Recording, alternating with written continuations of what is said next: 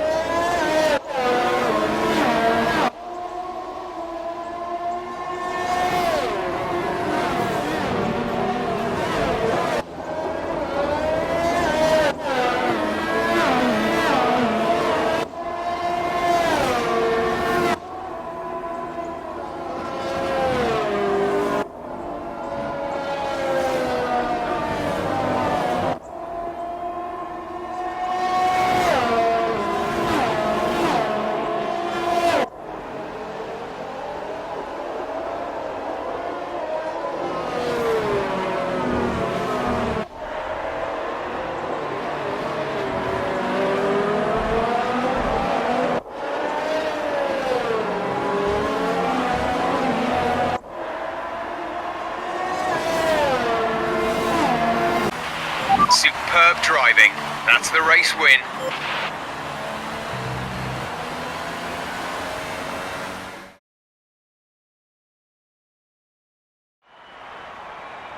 So another fantastic victory for Force India today. So Ant, how exactly did they set themselves apart from the pack today? Well, I think the track conditions just really suited their car today. Wind, track temperature, you name it. These cars come alive when the tyres are just at the right temperature. So the more easily you can keep them there, the better your race tends to go. And that's exactly what happened. Their car just looks so comfortable out there. I can see them on their way out to the podium now. Force India have really come a long, long way in this sport. And what a special race this was to see them earn that top spot.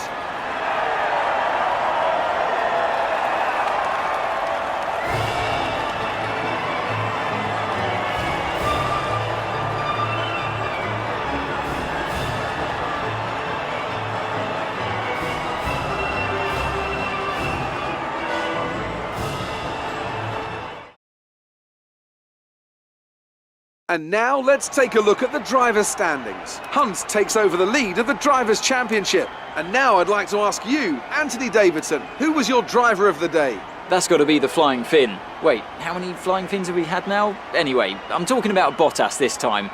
Just great raw speed and a good job in traffic as well. And here's how things are shaping up in the Constructors' Championship. Red Bull moved to the top of the table. It was great having you with us for this weekend. I hope you enjoyed it as much as we did. Until next time though, goodbye.